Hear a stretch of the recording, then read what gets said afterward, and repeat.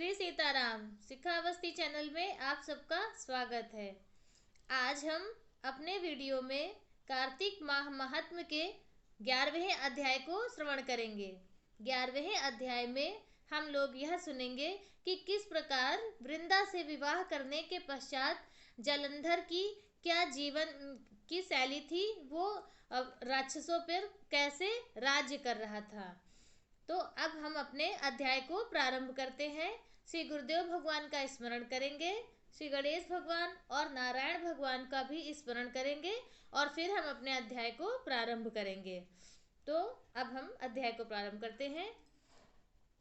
एक समय जब समुद्र का पुत्र जलंधर अपनी स्त्री वृंदा के सहित असुरों से सम्मानित हो सभा में बैठा था, तभी गुरु शुक्राचार्य वहां पहुंचे, जिनके तेज से सब दिशाएं प्रकाशित हो गईं।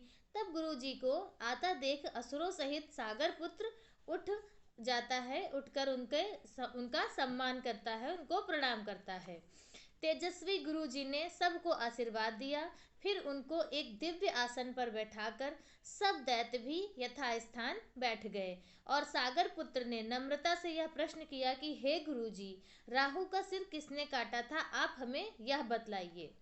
इस पर श्री शुक्राचार्य जी ने विरोचन पुत्र हिरण्यकश्यप और उसके धर्मात्मा पौत्र का परिचय देकर देवताओं और असुरों द्वारा हुए समुद्र मंथन की संक्षेप में सब कथा कहकर बतलाया कि जब समुद्र से अमृत निकला तो उसे देव रूप बनाकर राहु भी पीने बैठ गया। इस पर इंद्र के पक्षपाती भगवान विष्णु ने राहु का सिर काट डाला। यह सुनने के साथ ही जलंधर के नेत्र लाल हो गए। उसने बड़ा क्रोध किया, फिर अपने धस्मर नामक दूत को बुलाकर गुरु का कहा हुआ सब वृतांत सुनाया और आज्ञा दी कि तुम शीघ्र ही इंद्रपुरी में जाकर इंद्र को मेरी शरण में लाओ। धस्मर जलंधर का बड़ा निपुण दूत था। वह शीघ्र ही इंद्र की सुधर्मा नामक सभा में जा पहुंचा और उसने जलंधर के शब्दों में कहा कि हे देवताधम, तुमने समुद्र को क्यों मथा और मेरे पिता के सब रत्नों को क्यों ले लिया। ऐसा करके तुमने अच्छा नहीं किया है। यदि तू अपना भला चाहता है तो उन सब रत्नों सहित देवताओं के साथ मेरी शरण में आओ, अन्यथा हे सुराधम, मैं सत्य कहता हूँ कि तेरे राज का विध्वंस कर दूंगा। इंद्र यह सुनकर बहुत ही विस्मित हुआ और कहने लगा कि पहले सागर ने मेरे भय से सब पर्वतों को अपनी कुक्षी में क्यों स्थान दिया और मेरे शत्रु दैत्यों की क्यों रक्षा की। इसी कारण से मैंने उनके सब रत्न हरण किए हैं। मैं सत्य कहता हूँ कि मेरा द्रोही सुखी नहीं रह सकता।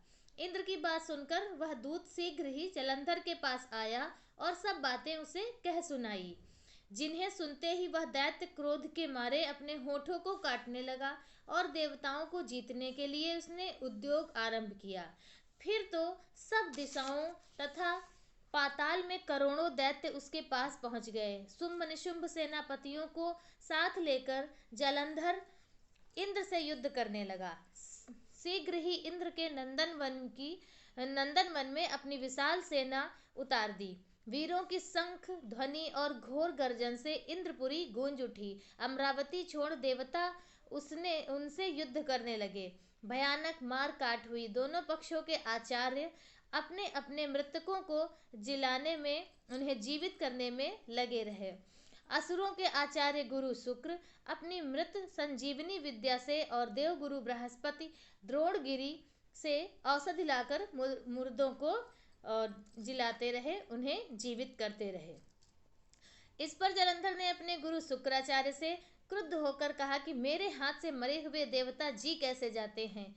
जिलाने वाली औषधियां तो सब आपके पास ही हैं, फिर यह कैसे संभव है। इस पर श्री शुक्राचार्य जी ने गुरुदेव श्री बृहस्पति जी द्वारा द्रोणागिरी से औषधि लाकर देवताओं के जिलाने की बात कह दी। यह सुनकर जलंधर और भी क्रुद्ध हो गया।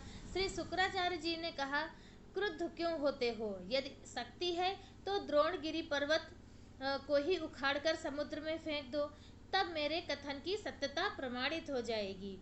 इस पर जलंधर क्रोधित हुआ और वह शीघ्र ही द्रोणगिरी पर्वत के पास जा पहुंचा और अपनी भुजाओं द्वारा उसे जड़ से उखाड़कर समुद्र में फेंक दिया। वह भगवान शंकर का तेज था। इसमें जलंधर की कोई विचित्रता नहीं थी। वह भोले बाबा की उनका क्रोध था, उनका तेज था, इस कारण वह यह कार्य कर पाया और इसी कारण वह सबके ऊपर विजय प्राप्त कर रहा था।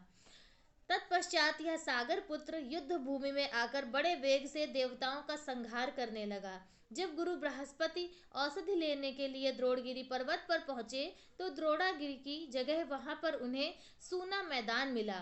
तब वह भयभीत हो गए और उन्होंने देवताओं के पास आकर कहा कि अब युद्ध बंद कर दो, तुम लोग अब जलंधर को जीत नहीं पाओगे। पहले इंद्र ने जो भगवान शंकर का अपमान किया था, उसी अपमान का यह फल है। यह सुनकर देवता युद्ध की आशा त्याग कर और अत्यंत ही व्याकुल हो इधर उधर भाग निकले। सिंधुशुत निर्भय होकर अमरावती में प्रविष्ट हो गया। इंद्र आदि सब देवताओं ने गुफाओं में शरण ली। इति एकादश अध्याय संपूर्णम। तो आज 11वां अध्याय संपूर्ण हुआ, जिसमें हम लोगों ने सुना कि किस प्रकार जलंधर देवताओं के ऊपर अत्याचार कर रहा था।